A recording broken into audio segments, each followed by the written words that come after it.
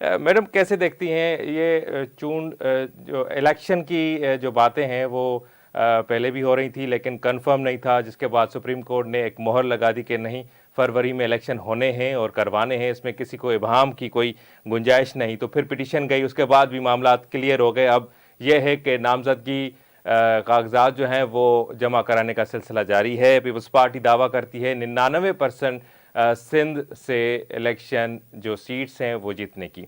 जी, कैसे देखती हैं एक्टिविटीज़ को, पॉलिटिकल एक्टिविटीज़ और ख़ास तौर पर इलेक्शन के हवाले से जो सरगर्मियां शुरू हो गई हैं, कैसे देखती हैं?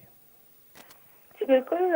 देखिए, आप और हम सभी जानते हैं कि पाकिस्तान पीपल्स पार्टी जो है स्पेशली एक मुल्क की बड़ी जमात है। और स्पेशली सिंध से क्योंकि हमारी लीडरशिप का ताल्लुक है शहीद मोहतरमा बेनज़ीर भुट्टो का, शहीद जुल्फ़िकार अली भुट्टो का, चेयरमैन बिलावल भुट्टो साहब का, आसिफ अली जरदारी साहब का। तो सिंध में अगर मतलब हम ये मतलब एक वो यही होता है कि यहाँ पे ज्यादा मतलब पुरजोर तौर पे जो है लोगों की मोहब्बत है, वर्कर्स हैं, हमारे जियाले हैं।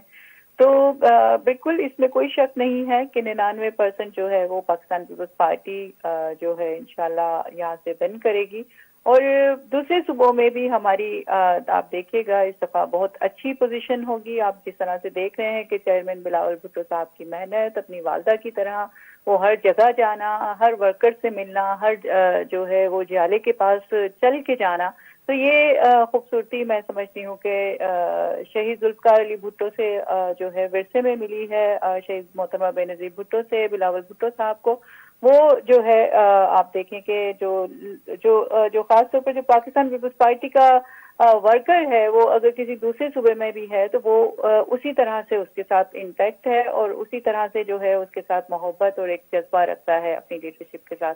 तो ये सारी चीजें हैं और इंशाल्लाह आप देखेंगे कि आप देखें वैसे भी बलूचिस्तान में अगर आप देखें या जिस तरह से दूसरे सूबों में देखें तो लोग जो है अब वो पाकिस्तान पीपल्स पार्टी के पास ज्यादा आना चाह रहे हैं, उनके साथ शमूलियत करना चाह रहे हैं और चाह रहे हैं कि वो पाकिस्तान पीपल्स पार्टी का जो के टिकट पे जो है वो इलेक्शन लड़ें। तो ये एक अच्छा अच्छा मैडम, क्या वजूहात क्या होती हैं बुनियादी तौर पर कि जब इलेक्शन का माहौल होता है तो कुछ लोग जो हैं वो कुछ पार्टियों को छोड़ते हैं, अलविदा करते हैं, और जैसे कि इस वक्त भी हो रहा है, पीटीआई को बहुत सारे लोगों ने छोड़ा और इस वक्त पीपल्स पार्टी और मुस्लिम लीग नून में लोग जाने की कोशिश कर रहे हैं, बातें कर रहे हैं और ऐलानात कर रहे हैं। तो इस वक्त जो इलेक्शन के हवाले से जो पार्टियां नज़र आ रही हैं वो तो पीएमएलएन और पीपल्स पार्टी नज़र आ रही हैं।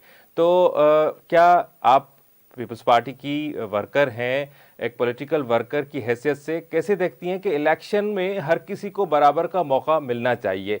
तो इस वक्त क्या आप कैसे देखती हैं कि पेशावर हाई कोर्ट ने इंट्रा पार्टी इलेक्शन के हवाले से एक फैसला दे दिया है कि इलेक्शन कमीशन को वो 22 दिसंबर तक फैसला देना है। तो जो इंतखाबी निशान होता है वो तो किसी भी पार्टी का एक बुनियादी जुज होता है और उसी के ऊपर ही वो अपनी पॉपुलैरिटी और अपनी उसको वो आगे बढ़ाता है। तो क्या आप समझती हैं कि ये पीटीआई के साथ नाइंसाफी हो रही है? क्योंकि पीपल्स पार्टी डेमोक्रेसी की बात करती है, पीपल्स पार्टी इंतकामी सियासत ना करने की बात करती है। जी बिल्कुल। देखें, ये हर पार्टी का एक राइट है और आपने चेयरमैन बिलावल भुट्टो साहब को सुना होगा, उन्होंने हमेशा ये कहा है कि वो किसी पार्टी का भी लीडर अगर जेल में भी है तो उसको ये हक है कि वो इलेक्शन कैंपेन अपनी रन कर सके और इलेक्शन का हिस्सा बन सके उसकी पार्टी। और ये एक जमहूरी खूबसूरती होती है। लेकिन अनफॉर्चुनेटली अगर पीटीआई के साथ कुछ माजी में इस तरह के मामलात हुए हैं कि जहां देखिए एक जो एक लाडला बना के जिस पार्टी को लेकर आया गया और जिस तरह से उसको जो है वो मौका दिया गया और फिर उसके बावजूद उन्होंने जो आवाम के साथ जो किया वो हम और आपके सही साथ सही मैडम, हम इंटरप्ट सबके साथ करूंगा। एक इखलाकी तौर पे मैं ये कहूंगी जी कि देखिए 9 मई के जो वाकयात हैं पाकिस्तान पीपल्स पार्टी ने मैं आज जो जमहूरियत जो अगर ट्रैक पे है तो आप और हम सब ये जानते हैं कि सिर्फ और सिर्फ पाकिस्तान पीपल्स पार्टी की ही कुर्बानियों की वजह ठीक है से मैडम, है। इंटरप्ट हमने करूंगा आज आपको तक अब एक इस वक्त। गमला भी नहीं जी तोड़ा, हमने आज तक एक किसी इदारे पे हमला नहीं किया।